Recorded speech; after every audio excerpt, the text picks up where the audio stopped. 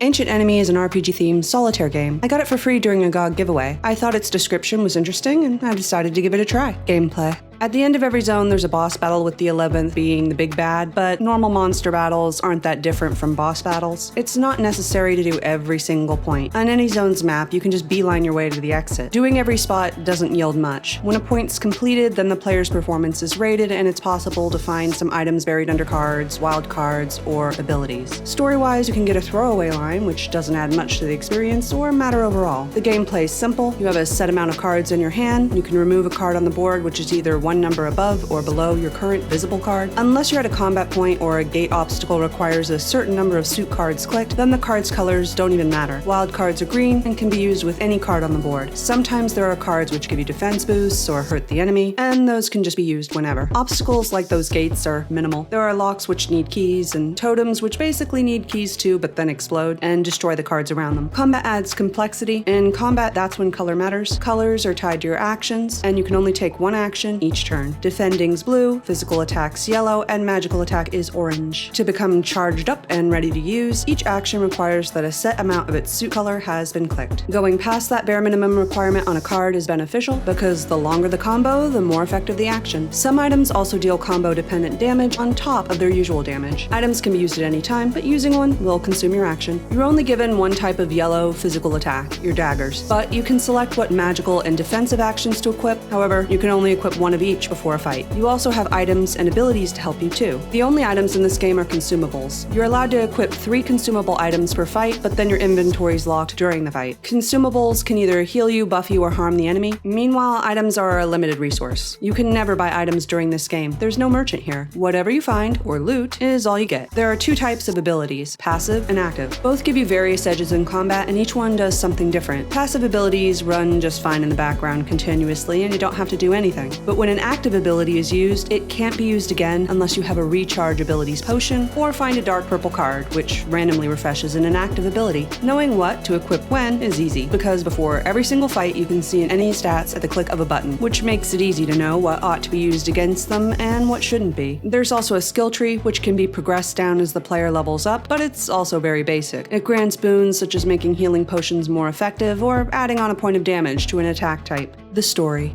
The story is incredibly simple. You're a mage, you wake up, and you travel to face your ancient enemy. Along the way, you take pity on your non-ancient enemies, often feel uneasy, wonder about things, briefly reminisce, and observe the landscape. As I mentioned earlier under the mechanics section, entering a point just adds in a throwaway line for the story. So that's it. Mage wakes up, a BBEG has done bad things, and he fights the BBEG. There's just not much story here. On the store page in GOG Galaxy, I noticed that the game's marketing seems to imply that a deeper story and folklore references can be expected during play. Since I'd read that before playing, I'd look forward to experiencing it. However, it wasn't there. There's no depth here, and folklore references are passing and vague at best, such as mentioning that Fae exist and they were peaceful, but having that lead nowhere except to say once upon a time everything was peaceful. In fact, even the final confrontation is short and has an awkward typo included. The look and the sound. The gameplay graphics are fine, but the cutscenes are bare bones. Characters are presented in a visual novel style format where they don't even blink. They each have one stationary image. That's fine, it works, but it's nothing impressive. The soundtrack's fine, but it's short. Altogether, it's a little under 18 minutes. After a few hours of play, it did sound repetitive. The game's sound effects are fine though, and fit with what I'd expect to hear in a casual card game with a magic twist. Playtime and price.